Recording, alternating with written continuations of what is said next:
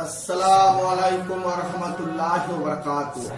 প্রিয় আহলে বাইতের চাহনেওয়ালা ওয়াসিগণ, আজকে আপনাদের সম্মুখে আমি এসেছি খুব একটা মর্মান্তিক দুঃখের খবরকে নিয়ে।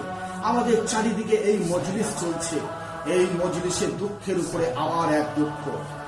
আমাদের এক আহলে বাইতের এক বড় সৈনিক, তিনি আমাদেরকে ছেড়ে এই 10/8/2024 চলে গেলেন। তিনার নাম ইউনুস শেখ এবং অর্থে বাদল শেখ। তিনার বাড়ি বীরভূম জেলা সংসদ গ্রামে।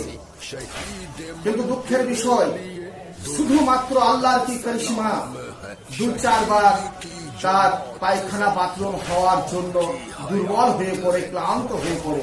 ওকে সঙ্গে সঙ্গে বীরভূম জেলায় যে বড় হসপিটাল, সেই হসপিটালে নিয়ে গিয়ে তাকে দেওয়া হয়। কিছুক্ষণ